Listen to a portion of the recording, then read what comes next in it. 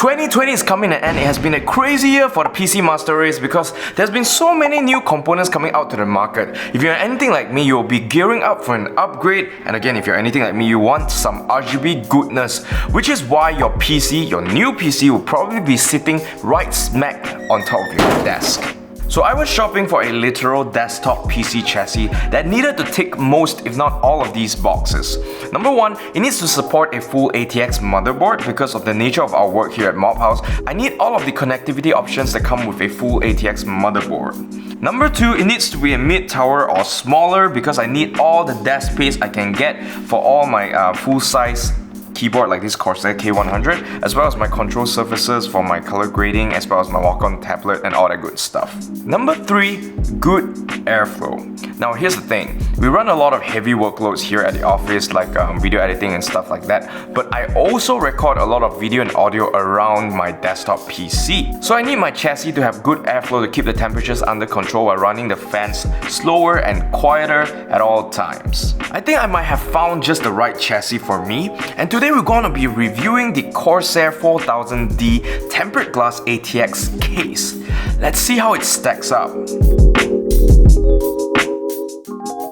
So it has been quite some time since we reviewed a PC case over here at Mob House, and that's because things have gotten a little bit more hectic over here, all thanks to you guys' support and our sponsors, as well as all these new releases in the past few months. Also because reviewing a PC case is actually quite time consuming since we need to build a PC into it and all that good stuff. But today we want to take a look at a computer case that immediately caught my eye when I first laid eyes on it because of all the little details that Corsair has added to the aesthetics and the exterior of the case. And of course I'm talking about the Corsair 4000D Airflow. Now this chassis is priced at 359 ringgit or $79.99 US, and I think that is a pretty fair price for a mid-tower like this, provided that Corsair does indeed deliver on the airflow part of the 4000D Airflow. But first, let's take a closer look at the aesthetics. First off, the Corsair 4000D Airflow comes in two colors, black and white, and what we have here is the white version. The entire chassis is white with a grey trim at the front, unlike the black version which is completely black. This could be polarizing if you're someone who wants an all-white build, but I feel that we've been getting a lot of all-white chassis lately, and I think this is a refreshing design choice by Corsair, but that's just my opinion. Corsair has also added some intricate details that I rather enjoy, such as the triangular cutouts that form the patterns on the front panel, the fan grille at the back, the PSU shroud, PCIe expansion slot covers, and the removable fan filters, which are also grey. We can also see these neon yellow tabs from the fan filters, which are matched with the same colors on the USB ports. I'm actually a huge fan of this design, but you might not like it if you're going with a different color scheme. The finish of this chassis is mostly sandblasted, so it's pretty fingerprint resistant. And at the side we have a tempered glass panel, which will allow you to see all your components in their full RGB glory. But that's pretty standard these days. In terms of build quality, this case is actually pretty sturdy. It is made of steel mostly, with some plastic parts and a tempered glass side panel. That's actually plenty of options for you to configure your PC, no matter if you want to use an AIO cooler, air cooler, or even a custom liquid cooling loop. This Corsair 4000D Airflow is actually 453mm long, 230mm wide, and 466mm tall. It weighs in at 7.8 kilograms, which is 17.2 pounds if you're American. Yeah, I just want to introduce you guys to a little something called the metric system that everybody else is using, in case you didn't get the memo yet.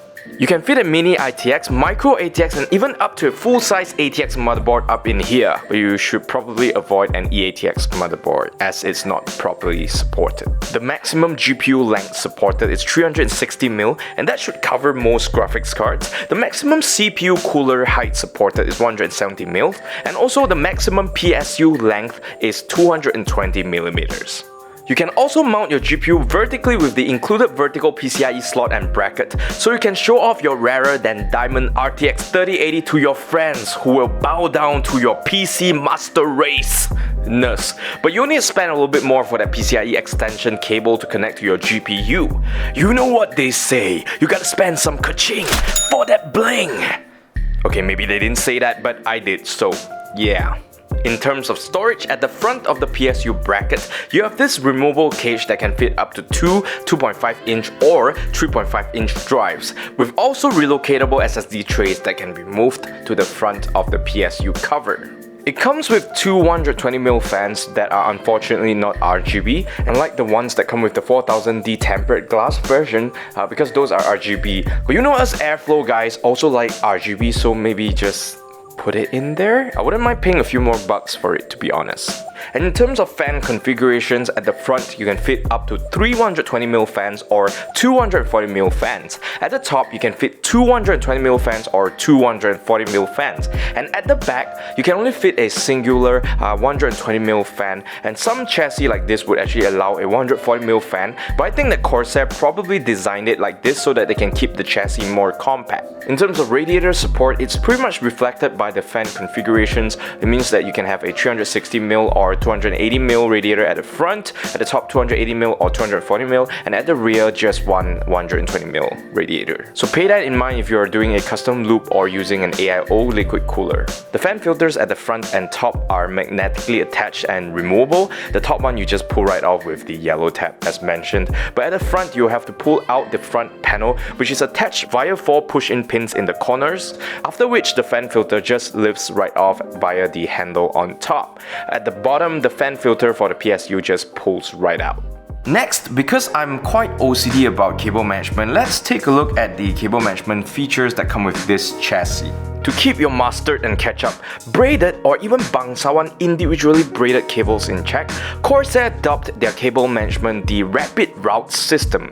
Patented or not, I don't know lah, but it features a single channel with 25mm of space behind the motherboard for the cables to fall in line. Get it? There are also 3 pre-installed Velcro straps to keep your cables properly strapped in. Get it? With 3 extra ones in the accessories kit in case you need more straps.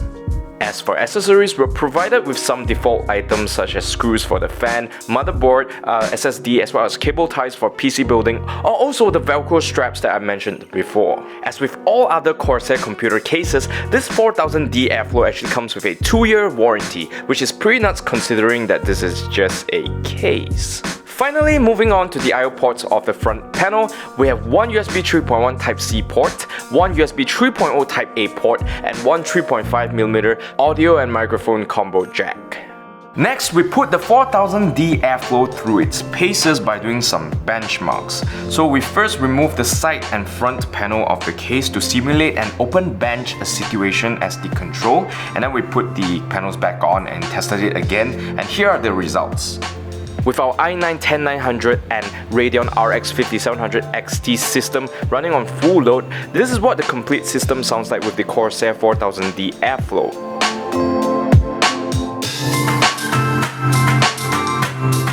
So what's the verdict? Okay, let me break it down and let's take a look at the pros first. Okay, the biggest pros of them all is the fact that this case has good airflow, and that means that you can put a pretty powerful PC inside and it will run pretty cool and quiet, which is suitable for things such as content creation, and that's probably what I'm gonna use this case for.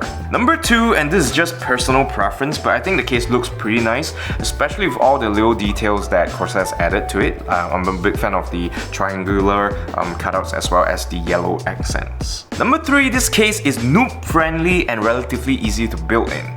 Number 4, and this is pretty standard by now, but I like all the removable fan filters at the front, the top, and also for the PSU.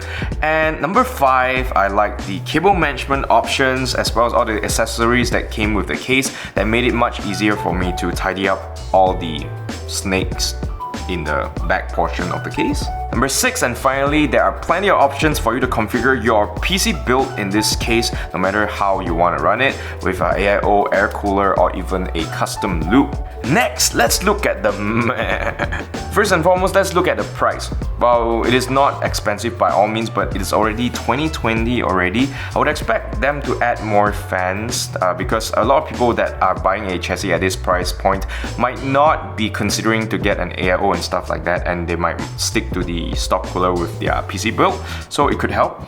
Also, the fans are not RGB, and the 4000X comes with fans with RGB, so there's that. And while I do like the yellow accents, some of you guys might not like it because you might be choosing a color scheme that clashes with yellow. Finally, let's look at the cons, and this got me scratching my head because I really like this case, but there are still a couple of minor nitpicks that I have with the 4000D Airflow.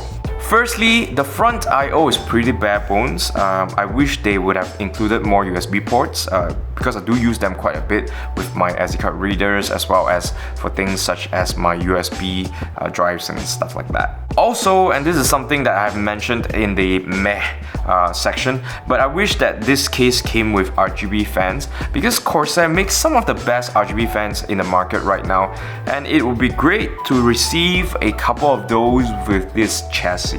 Overall, I give the Corsair 4000D Airflow a very solid 9 out of 10, and I highly recommend it for anyone who wants to build a PC in the near future. You can even put an eATX into this case without much issues because it has pretty flexible building options. If you thought this video is awesome or if it helped you in any shape or form, please give it a like and share. Leave a comment down below to let us know what you think about this chassis, or if you have any other questions about PC building, just leave it in the comment section and I'll try to actually reply to every single one of you. Subscribe to our YouTube channel and hit the notification bell if you want to see more content like this. Also follow us on Facebook and Instagram, and do consider joining us as a supporter to our Facebook page because we're going to be uploading some exclusive content as well as digital assets that we use to make videos like this, like LUTs and lower thirds and stuff like that. And that's all, folks. Again, I'm Shane from Mob House, and I will see you in the next one. Bye.